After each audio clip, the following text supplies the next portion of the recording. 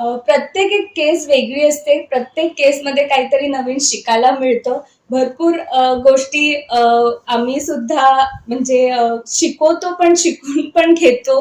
क्लायंटकडून वेगवेगळ्या काही ना काही कॉन्सेप्ट शिकायला मिळतात. जसे की डिव्होर्स म्हटलं की भरपूर प्रचंड कामनेस लागते.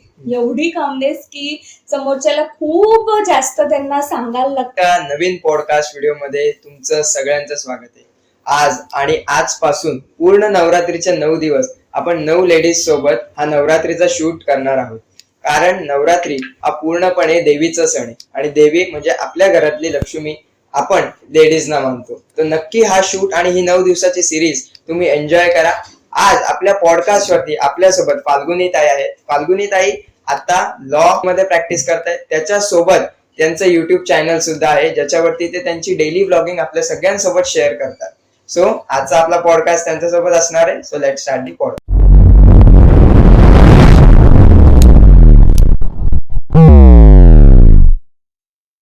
Welcome to Achintya podcast. खूप बरं वाटलं. नवरात्रीचा पहिला दिवसच आम्हाला तुमच्यासोबत शूट करायला मिळतोय. नक्कीच मला सुद्धा खूप बरं वाटतंय. एक कॉन्टेंट क्रिएटर जेव्हा एका कॉन्टेंट क्रिएटरला भेटतो किंवा मिळतो त्याच्या थ्रू भरपूर नॉलेज शेअर करायला होतं. तुमच्याकडनंही मला काही शिकायला मिळेल. आमच्या पॉडकास्ट मधून सुद्धा तुम्हाला काहीतरी नवीन कळेल. सो खूप एक्साइटेड आहे मी हा पॉडकास्ट तुमच्यासोबत शूट करण्यासाठी.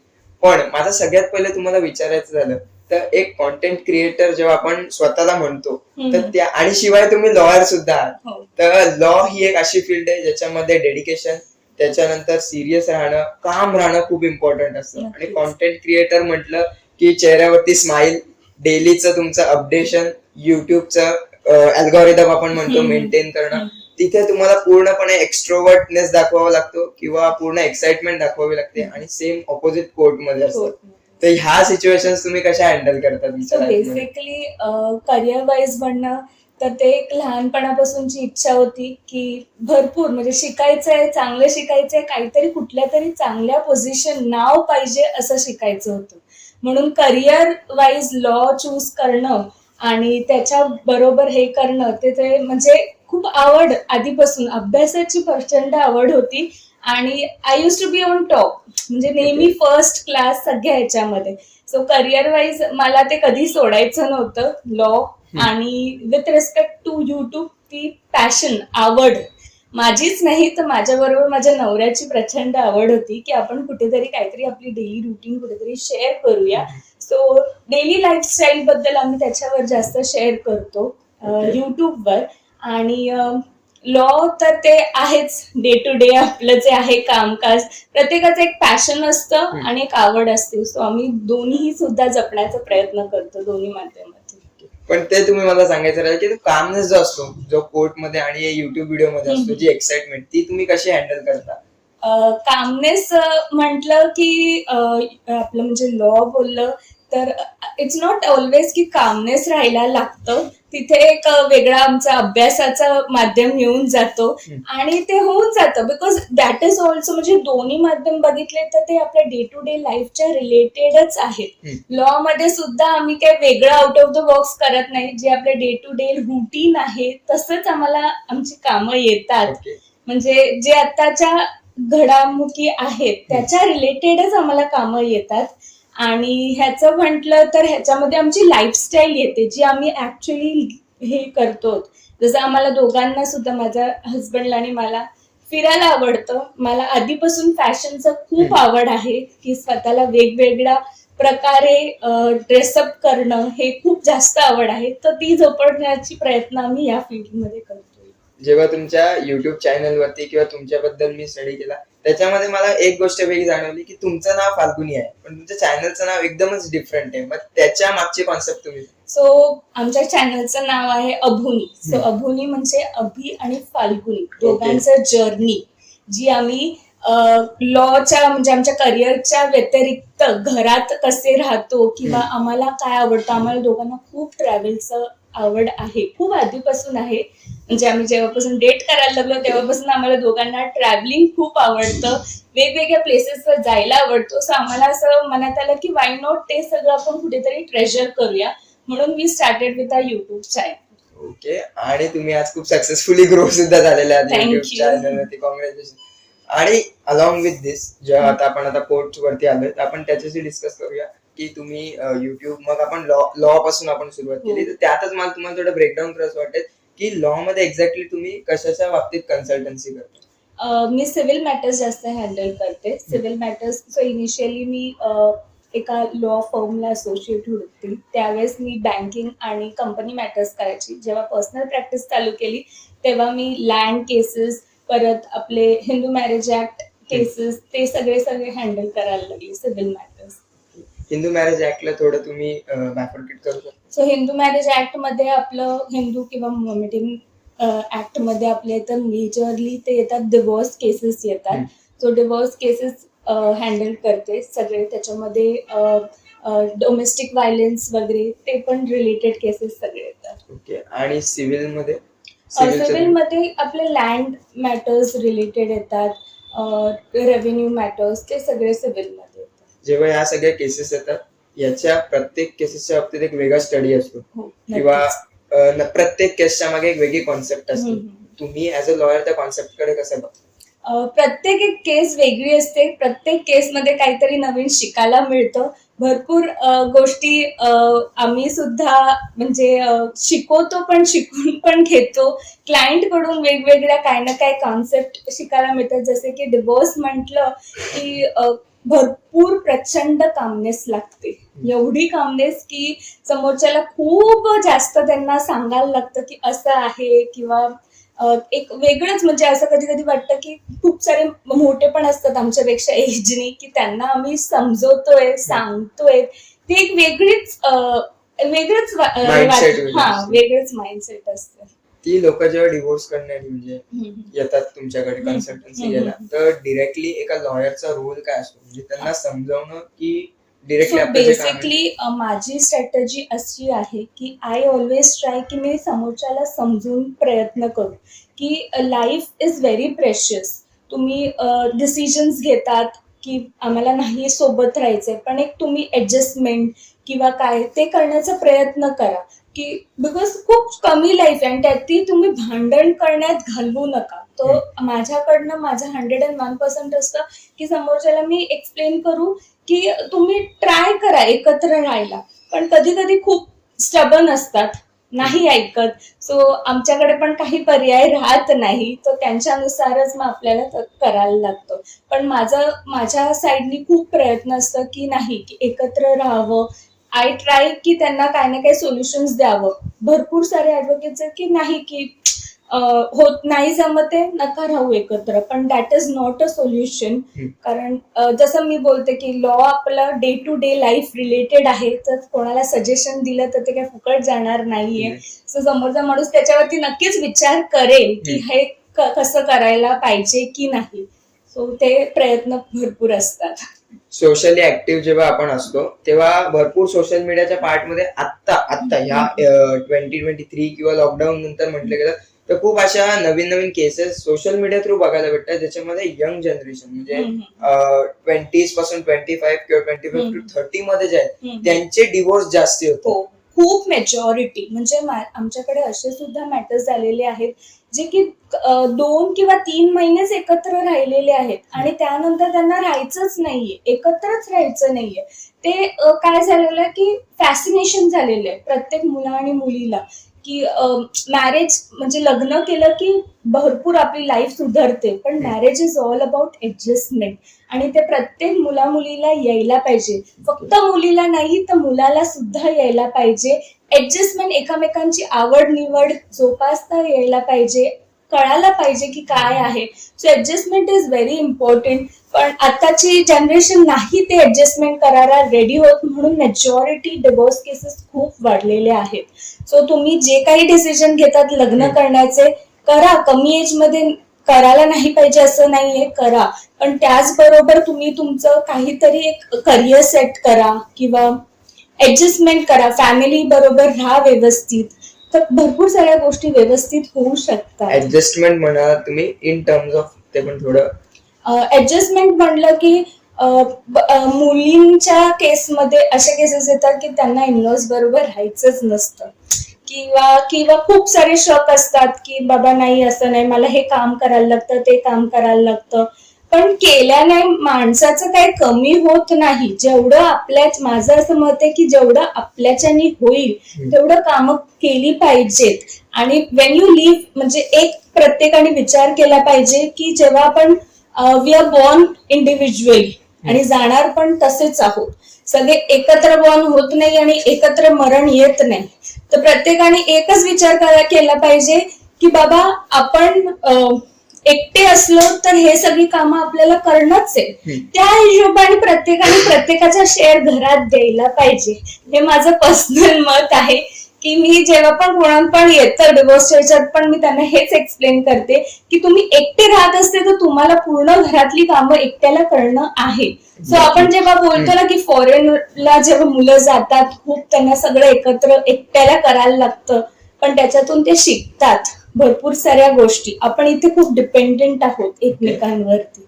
सो एकटं जेव्हा आपण विचार करू ना की एकटं नाही हे माझं रिस्पॉन्सिबिलिटी मला करणं पाहिजे, तेव्हा माणूस बरोबर सगळ्या गोष्टी ऍडजस्ट करू शकतो आणि त्याला कोणत्याही गोष्टीची कमतरता भासणार नाही. जेव्हा लॉच्या रिलेटेड मध्ये आपण विचार करतो, जेव्हा सिव्हिल मॅटर्स म्हणजे जमिनी त्याच्यानंतर तर जेव्हा जमिनींचा विषय येतो तेव्हा खूप त्यांची एक वेगळी बॅकग्राऊंड असते, ऑलरेडी भांडणं असतात त्याच्यामध्ये. आणि जेव्हा ही लोक आपल्याकडे येतात तेव्हा त्यांचा एक वेगळा अजेंडा घेऊन येतात की आम्हाला ते पाहिजेच. मग त्याच्यात जेव्हा ती दादागिरी टाईप आपण म्हणतो तर त्या सिच्युएशन एक लॉयर कसा हँडल करतो किंवा तुम्ही पर्सनली कसं हँडल करता? सो त्याच्यामध्ये बोलले तर त्याच्यामध्ये पण भावा बहिणींचे सुद्धा लँड रिलेटेड भांडणं असतात.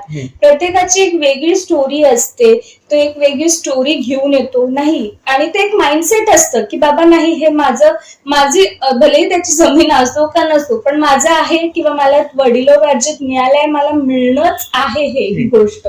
सो त्याच्यामध्ये सुद्धा we go as per client, त्याचं जे असेल किंवा ट्राय करतो. कारण कसं असतं कोणीही कोणाचा जो शेअर आहे तो सोडण्याचा प्रयत्न करत नाही. तर वी ऑल्सो ट्राय की जेवढं 101%. आणि लॉ म्हटलं की खूप इंटेन्स आहे. एकदा तुम्ही कोर्टाची पायरी चढली की तुम्ही चढतच राहायची. तर त्या गोष्टी पण इंटरेस्टिंग असतात. प्रत्येक केस डिफरंट आहे, काहीतरी आम्हाला पण शिकायलाच मिळतं प्रत्येक केसमध्ये. सो मजा येते या गोष्टी हे करताना. आता आपण बोलतोच आहे कोर्ट बद्दल, तर आर्ग्युमेंट ही कशी असते कोर्टच्या आतमध्ये? कोर्टच्या आतमध्ये ओके, आर्ग्युमेंट म्हटलं तर बेसिकली आपल्याला आपले पॉइंट रेस करणे. जसं आपण जे हे टीव्ही मध्ये बघतो ते तसं भांडणं तशी नसतात.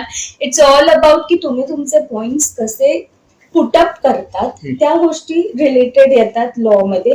खूप कामनेस असतं, ओरडाओरडीचा प्रयत्न वेगळा असतं. हे असं एवढं काही गोंगाट नसतं. फक्त इट्स ऑल अबाउट की तुम्ही तुमचे पॉइंट कसे रेज अप करतात, तुम्ही कन्व्हिन्स कसं कोर्टाला करतात. प्रत्येकाची वेगळी स्टोरी असते. असं नाहीये की मी केस फाईल केलेली तर माझी केस स्ट्रॉंगच आहे, समोरच्याची पण होऊ शकते, त्याची काहीतरी वेगळी स्टोरी असू शकते. आणि जेव्हा एका फॅमिलीमध्ये डिस्प्यूट होतात ते दोघेही जण वेगवेगळा लॉयर हायर करतात, तर आपण जेव्हा आपल्याकडे जातो आपण त्याची पूर्ण बाजू ऐकून घेतो, पण नक्कीच काहीतरी समोरच्याची पण असेल, मग ती तुम्ही कशी जाणता? शेवटी आपल्याला आपल्या क्लायंटला सेफगार्ड करायचं आहे. So we go as per their आणि आपले जे इनपुट्स आहेत ते आपण टाकत राहतो. बिकॉज आपण कसं आहे की वी रिप्रेझेंट, आम्ही ऍडव्होकेट एक क्लायंटला रिप्रेझेंट करतो ऑन देअर बिहाफ. सो त्यांचे जे मत आहेत तेच आम्हाला पुटअप करणं आहे. आणि या मुवमेंट मध्ये कधी कधी असं होतं की क्लायंट स्वतःची बाजू जपण्यासाठी काहीतरी वेगळी इन्फॉर्मेशन आपल्यापर्यंत पोहोचवतो, पण जेव्हा आपण कोर्टमध्ये त्या टॉपिक अगेन्स्ट फाईट करतो आणि ऑपोजिशन जेव्हा तोच टॉपिक आपल्यावरती किक ऑफ करतो की नाही ही एक्झॅक्टली सिच्युएशन वेगळी जी तुम्हाला सांगितली गेली, मग त्या सिच्युएशन मध्ये. सो बेसिकली जेव्हा पण माझ्याकडे क्लायंट येतो मी त्यांना एकच गोष्ट सांगते की तुम्ही प्रत्येक एक गोष्ट सांगा, तुम्हाला सेफगार्ड कसं करायचं हे मी बघणार. बिकॉज जसं तुम्ही डॉक्टर कडे जातात तर तुम्ही डॉक्टरांना सांगितलंच नाही तुम्हाला काय दुखते तर डॉक्टर त्याच्यावरती औषध देणारच नाही. सो सेम आमचं आहे की तुम्ही आमच्याकडून गोष्टी हाईड केल्या तर आम्ही त्याला तुम्ही सेफगार्ड कसं काय करणार. So you basically tell us everything, मग आम्ही आमच्या वाटेने बघू की तुम्हाला कसं काय सेफ करायचं आहे किंवा काय गोष्टी हे करायच्या. सोशल मीडियामध्ये सुद्धा एवढ्या ऍक्टिव्ह आहात, तर ह्या सगळ्यामधनं सोशल मीडियाचा म्हणजे युट्यूब वरती येण्याचा हा अजेंडा काय होता, म्हणजे युट्यूब का चूज केलं तुम्ही? सो मी जसं मगाशी बेसिकली बोलली की मला आणि माझ्या हस्बंडला भरपूर फिरायला आवडतं आणि वेगवेगळ्या प्लेसेसवर जायला आवडतं. मला खूप आधीपासून फॅशनची आवड आहे की मी एक वेगवेगळे ड्रेसेस लाईफस्टाईल शेअर करत राहू. सो त्या गोष्टी आम्ही खूप फिरायचो आणि लग्न झाल्यावरती असं वाटलं की ह्या गोष्टी वाय नॉट आपण एक ट्रेजर करू आपल्या मेमरीजसाठी. So we started with our YouTube channel की आमच्या ज्या आठवणी आहेत किंवा की कुठे आम्ही जातो ते सगळे आम्ही एक ट्रेजर करू आणि म्हणून ते ब्लॉगिंग चालू झालं. ओके, मी आता जे लास्ट तुमच्या सिस्टर सोबत मी हा पॉडकास्ट केलेला होता ज्याच्यामध्ये डेली ब्लॉगिंग, तर त्याच्या थ्रू त्याचे जे कमेंट सेक्शन आपण वाचलो त्याच्यामध्ये म्हणजे त्या लोकांचं असं म्हणणं असतं की डेली ब्लॉगिंग मधनं समोरच्याला काय मिळणार. तर तुम्ही हे थोडं सांगितलं की हा डेली ब्लॉगिंग मधनं समोरच्याला काय एक्झॅक्टली सांगायचं असतं किंवा काय कळायला पाहिजे. तर डेली ब्लॉगिंगचं बेसिकली आपला मत असं असतं की आम्ही जे गोष्ट करतो किंवा काय, तर वी ऑलवेज ट्राय की आपली एक संस्कृती जपली जायला पाहिजे की मोठ्यांचा आदर करणं किंवा वेगवेगळ्या आम्ही फेस्टिवल झालं की मोस्टली खूप जास्त ऍक्टिव्ह असतं तेव्हा ब्लॉग्स जास्त टाकतो. आणि एक म्हणजे बघायला गेलं तर म्हणजे माझी जी लाईफस्टाईल बघतील ती खूप डिफरंट आहे. मी खूप फॅशनेबल सुद्धा आहे, त्याचबरोबर आय ट्राय की मला ट्रेडिशनल वाईज सुद्धा व्यवस्थित तसं. तर ते बायफिकेशन की तुम्ही मॉडर्न राहून सुद्धा तुम्ही तुमची संस्कृती जपू शकतात तुम्ही. तर ह्या गोष्टी आम्ही जास्त दाखवण्याचा प्रयत्न करतो आणि प्रत्येक ऑडियन्सला ह्या गोष्टी आवडतात. म्हणजे आमच्या युट्यूब चॅनल थ्रू तर आवडतातच की की तुम्ही वेगळं काहीतरी बघायला मिळतं त्यांना की कसं संस्कृती जपतात आहेत आजच्या.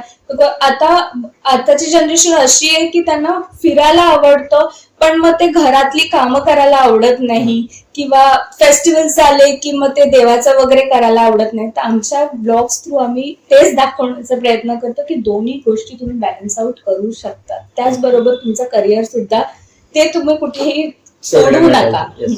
आणि भरपूर जणांचं असतं की मला टाइम मिळत नाही दिवसातून या गोष्टी करायला, पण आवड असेल ना तर तुम्हाला भरपूर टाइम मिळू शकतो, वे आउट मिळू शकतं. फक्त एक आवड असली पाहिजे कोणत्याही गोष्टीची. तुम्ही बोललात तुम्हाला फिरायला खूप आवडतं, कोणती तुमची फेवरेट डेस्टिनेशन आहे ज्याच्यावर तुम्ही भरपूर ट्रॅव्हल करता आणि का त्या डेस्टिनेशन? सो बेसिकली आम्ही जास्त करून लग्नाच्या आधीपासून मी आणि अभि जास्त ट्रॅव्हल करत आलो. ते आमची फेवरेट डेस्टिनेशन म्हणजे महाबळेश्वर. आम्हाला तिथे गेल्यावर असं रिलॅक्सिंग वाटायचं.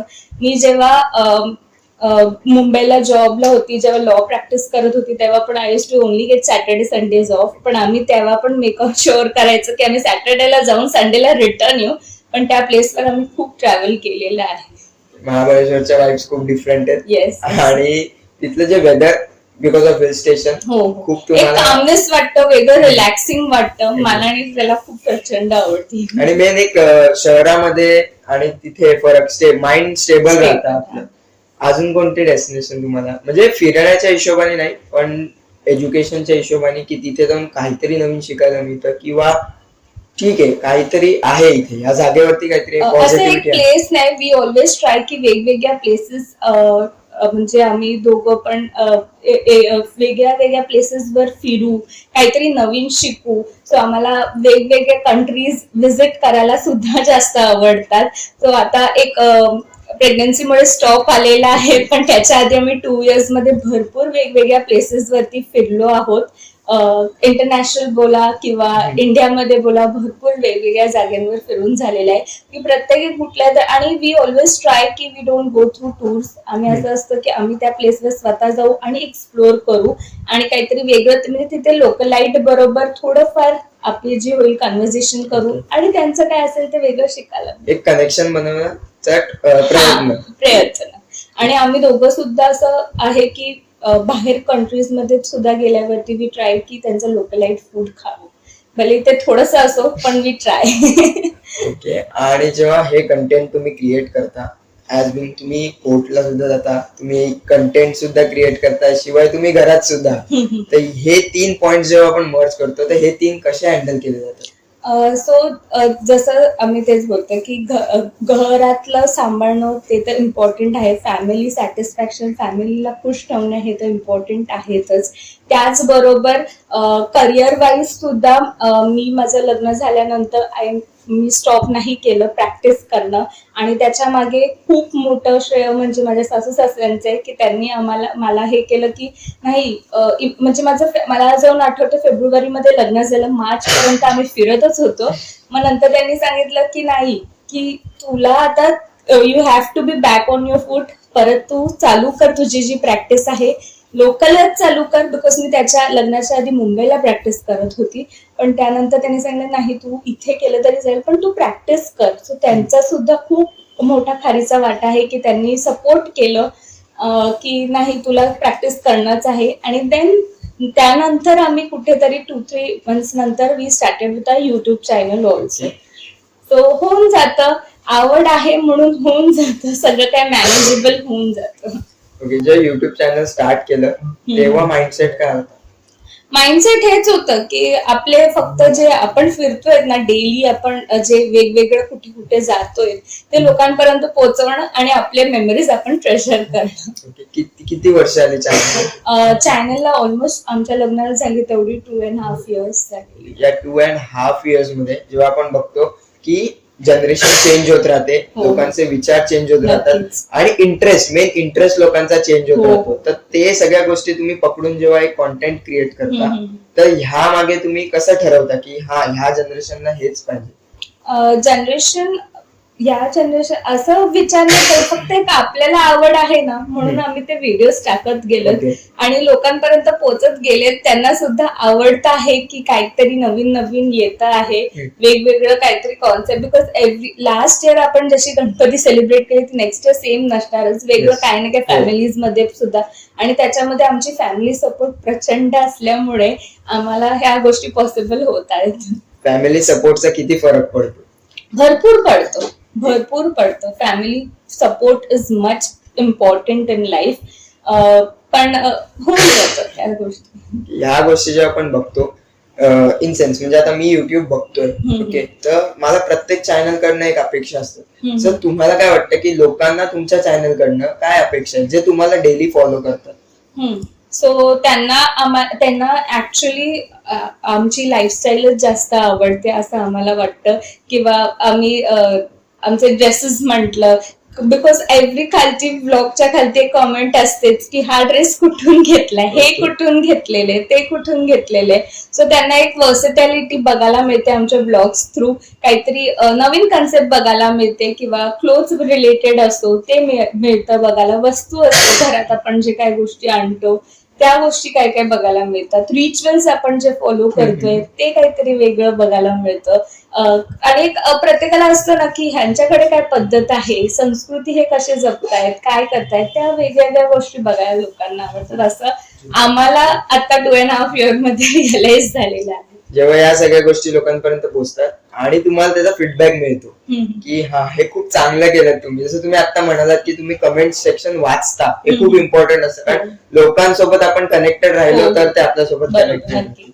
तर ह्या अल्गोरिदम मध्ये तुम्ही हे जे मेंटेन करता की युट्यूबला मेंटेन करणं किती इम्पॉर्टंट आहे हे जेव्हा तुम्ही लोकांना दाखवता आणि मग लोक तुम्हाला ओळखायला लागतात. आता जेव्हा लोक ओळखतात तेव्हा तुमचं हे काय असतं, माइंडसेट काय असतो त्या बाबतीत? हॅपीनेस मिळतं, खूप मोठं हॅपीनेस मिळतं. कधी मार्केटमध्ये गेल्यावरती सुद्धा लोक ओळखतात तुम्ही अभुनी ना, म्हणजे अभुनी चॅनल. खूप लोकांना असं मिसकन्सेप्शन माझं नाव अभुनी आहे लग्नानंतरचं, पण इट्स नॉट. की माझं आणि अभिचं नाव दोघांचं मिळून आम्ही अभुनी केलेलं आहे. पण एक सॅटिस्फॅक्शन असते, हॅपीनेस असतं की लोक आपल्याला ओळखतात आहेत, ब्लॉग्स बघतात आहेत. म्हणजे लोकल एरियामध्ये गेल्या सुद्धा वरती एखादं दुसरं ओळखीचा कोण ना कोण भेटून जातं. ते एक वेगळीच हॅपीनेस असते, सॅटिस्फॅक्शन आहे की आपण जे करतो आहोत त्याला कुठे ना कुठे फळ मिळालेलं आहे. एक्झॅक्टली. जेव्हा आपण ब्लॉगिंग करतो, ब्लॉगिंग मध्ये आपले डेली ब्लॉग जेव्हा अपलोड होत असतो त्या प्रत्येक व्हिडिओच्या मागे खूप विचार असतो. आणि तुम्ही आता सांगितलं आपली मराठी संस्कृती जेव्हा आपण पुढे चालवतो किंवा आपले रिच्युअल जर आपण दाखवतो तर त्याच्यामध्ये कोणत्याही प्रकारचं एक असं पोहोचलं नाही पाहिजे ज्याच्या थ्रू कॉन्ट्रोवर्सी. हो, तर त्या नक्कीच. गोष्टी तुम्ही कशा हँडल करता स्क्रिप्ट लिहिताना किंवा ते विचार करताना की हा दाखवायचं नाही, आम्ही व्लॉग करताना वी शूट इट असं म्हणजे काही स्क्रिप्टेड नसतं, रॅन्डमली? रॅन्डम असतं, सगळं Okay. काही रॅन्डम असतं आणि विचार करतो म्हणजे ही गोष्ट दाखवायची का नाही.